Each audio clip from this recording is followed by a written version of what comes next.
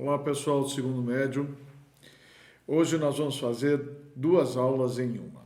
Aula 23 e 24 da apostila página 366 até a página 369.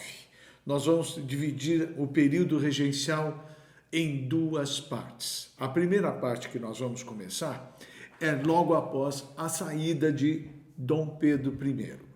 O que é? A saída de Dom Pedro I, com essa renúncia para o seu filho e a ida dele a Portugal, trouxe muita instabilidade. Quando ele abdica para seu filho Dom Pedro de Alcântara está somente com 5 aninhos de idade, certo? E nesse momento, um garoto tem de ser representado. E por quem? Então, Dom Pedro forma um poder com três interesses diferentes do reino para se manter unido diante de um poder. E nesse momento você vai perceber que esse poder ele une o norte, sul e centro do país com interesses militares, separatistas e da elite agrária que se compõe dentro, a favor inclusive da monarquia. Então, isso precisava ser unido, junto. Quem redigia isso nós chamamos de um período que nós temos de regência trina.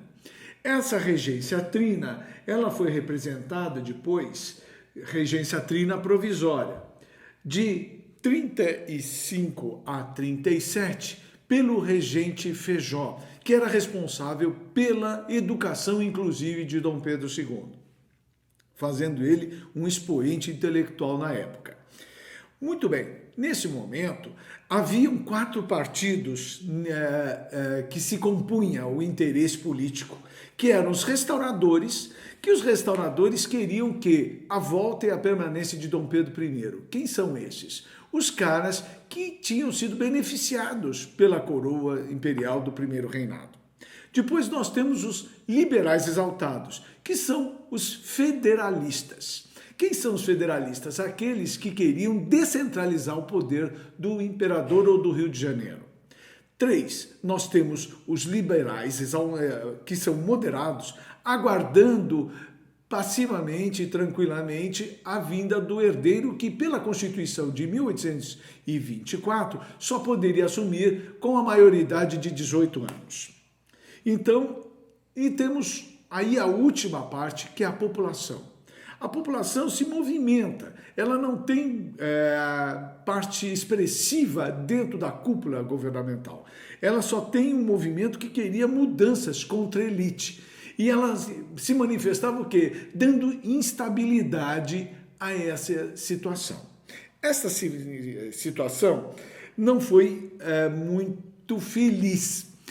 Fez com que grandes manifestações no país acontecessem.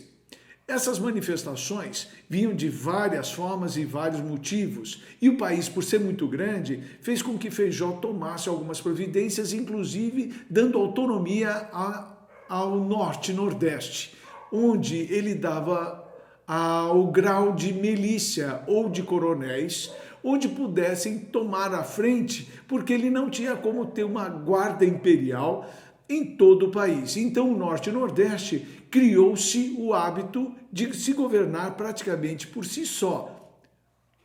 Então, ele amansou um pouco o que poderia ter de rebeliões no Norte e Nordeste. Mas isso estava dando muita instabilidade, porque ele podia tampar muito algumas coisas e outras, mas ele não conseguia satisfazer todos ao mesmo tempo. Nós tínhamos os exaltados, que eram os federalistas, então ele deu uma configuração liberal, deixou alguns passos a favor desses liberais, mas também não satisfez.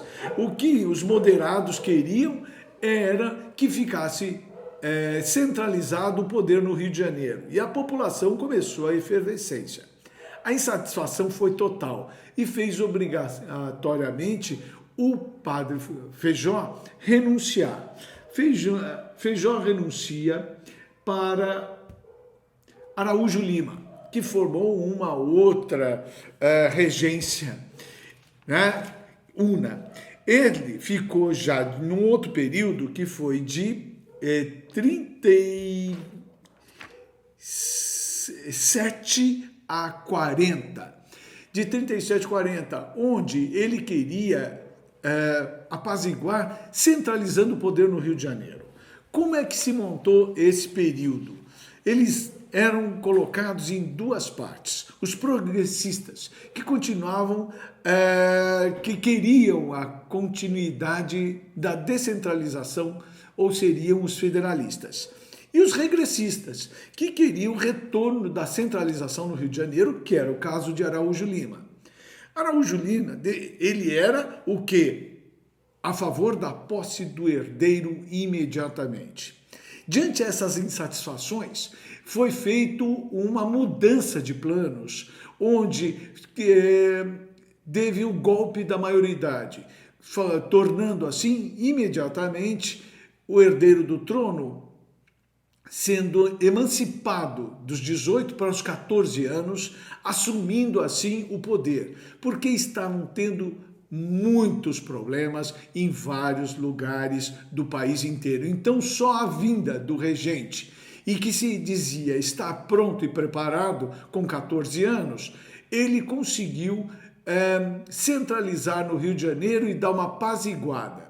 Mas no próximo capítulo, que é a aula 25 que vocês vão ter, vocês vão ver o que estava estourando em revoltas no resto do país. Por enquanto é só, pessoal. Eu agradeço. Leiam com atenção, façam um breve resumo para me mandarem, e as lições do capítulo 23, da aula 23 e 24 e o plural. Por favor, se mantenham em dia para o seu bem. Vamos lá. Contamos com vocês. Um abraço e tchau, tchau. Até a próxima aula.